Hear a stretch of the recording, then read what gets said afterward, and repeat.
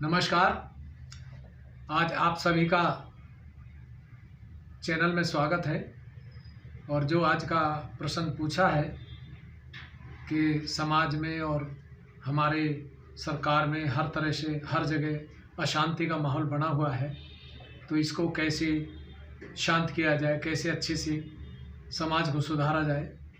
तो बहुत अच्छा प्रश्न किया है। और इसमें सबसे बड़ी चीज़ ये है कि अशांति होती क्यों है, अशांत क्यों होता है इंसान।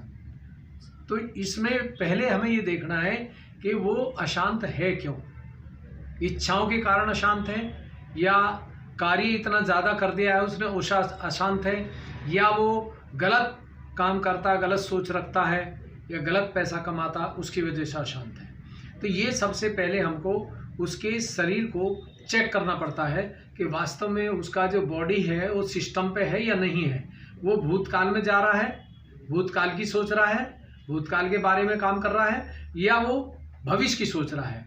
अगर भविष्य में सोच रहा है तब भी वो अशांति में रहेगा, भूतकाल में सोचता है तब भी अशांति में रहेगा। लेकिन जब वो वर्तमान में आएगा, वर्तमान में तब आता है जब मनुष्य के अंदर जो सुषुम्ना नाड़ी होती है, वर्तमान काल की नाड़ी है, जब वो जागृत हो जाती है, उसके अंदर से पॉजिटिव एनर्जी निकलनी शुरू हो जाती है, तो वो एनर्जी जब हमारे इस तालु भाग से पार निकलती है, बाहर निकल करके वो मनुष्य को संतुलन में देती है। जो असंतुलन जीवन होता है उसको संतुलन में लेके आती है। और जब वो संतुलन देती है तो मनुष्य के अंदर एक शांति शुरू होती है। फिर वो गलत काम करना पसंद नहीं करता। पहले वो मोह कारण, किसी से मोह गया तब गलत करता है, या रुतबे के कारण, अहंकार के कारण गलत काम करता है, और उससे वो पैसा इकट्ठा करना चाहता है, बहुत बड़ी पोस्ट में रहना चाहता है, उसकी वजह से ये परेशानी आती है। तो इसलिए आज जो शांति की बात की गई है, इसमें सबसे पहले आप इंसान को आत्म साक्षात्कार दे दीजिए। उसकी जो आत्मा की अनुभूति हाथों पे होगी, उसमें आपको महसूस होगा कि दोनों हाथ में ठंडा आ रहा है, तो वो इंसान गलत नहीं है, वो अच्छा कार्य करेगा और अच्छा ही रहेगा। अगर उसमें एक हाथ में गर्म एक में ठंडा आ रहा है, तो वो आदमी चाहे पढ़ा लिखा हो, अनपढ़ हो, कितना ही बड़ा व्यापारी हो, वो कोई ना कोई काम गलत करेगा, जिससे परिवार कष्ट में रहेगा, समाज कष्ट में रहेगा और देश में अशांति फैली रहेगी।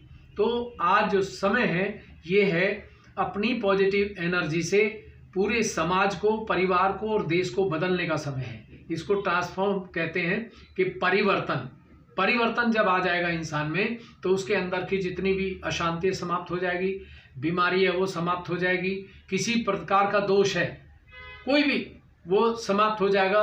और जो वर्तमान में इंसान जिसके पास में आत्मा की अनुभूति होगी, उसको जीवन में कोई वायरस परेशान नहीं कर सकता, प्रदूषण का उसकी शरीर पर असर नहीं हो सकता।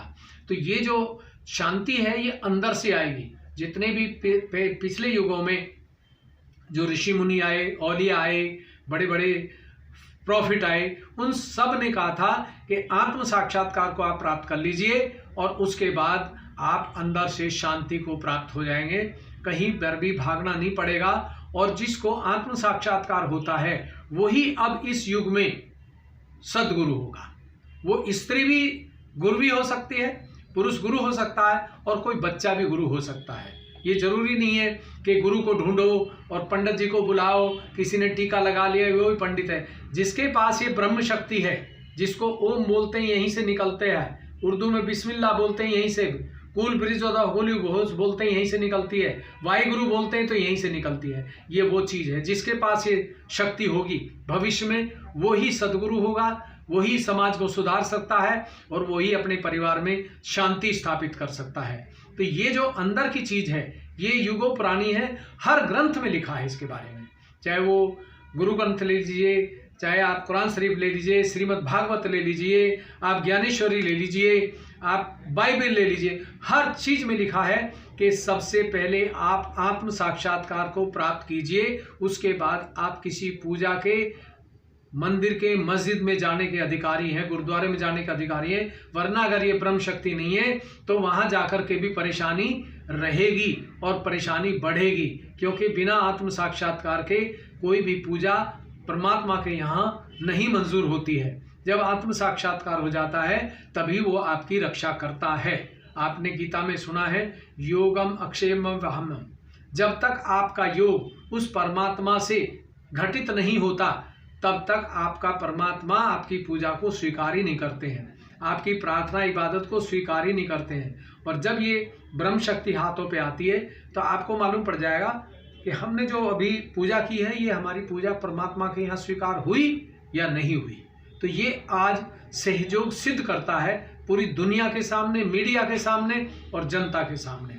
किसी भी तरह का कैंसर है, किसी भी तरह की परेशानी है, आप इससे परख सकते हैं। आप मंदिर मस्जिद को भी परख सकते हैं कि इस मंदिर में जाने से फायदा होगा या नहीं होगा, इस मस्जिद में नमाज अदा करेंगे फायदा होगा या नहीं होगा। तो जिसमें ये फायदा होगा उसमें ये ब्रह्म शक्ति तेज हो जाती है, और जिसमें ये फायदा नहीं होगा ये ब्रह्म शक्ति एकदम बंद हो जाती है या गर्म हो जाती है। आपको पता लग जाएगा कि ये गलत चीज़ है। तो मैं आज आप सबको बताना चाहता हूँ कि अब शांति मनुष्य के शरीर के अंदर है, बाहर नहीं है।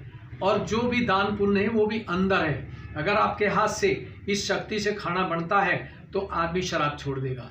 इस ब्रह्म शक्ति से आप किसी को दान देते हैं तो जो हाथ से दान दिया जाएगा, रोटी खिलाई जाएगी, उससे उसकी बीमारी समाप्त हो जाएगी और वो आदमी सुखी हो जाएगा। तो आने वाले भविष्य में केवल आत्मा की शक्ति ही एक ऐसी होगी जो दवाई का काम करेगी, जो आपके शरीर में स्वास्थ्य का काम करेगी, आपके घर में शांति का काम करेगी, और व्यापार में भी आपके ये कार्य करेगी, खेती में भी ये कार्य करेगी। दुनिया की कोई चीज़ ऐसी नहीं है जिसमें ये कार्य नहीं करेगी।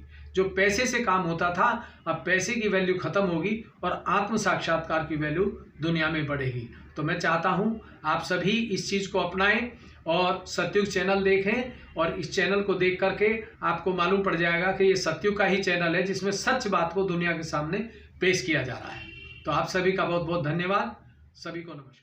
Thanks for watching Delhi next star news. और अधिक ऐसी अपडेटेड न्यूज़ देखने के लिए कृपया चैनल को सब्सक्राइब करें, लाइक करें और कमेंट करें। साथ ही बेल आइकन का बटन दबाना ना भूलें।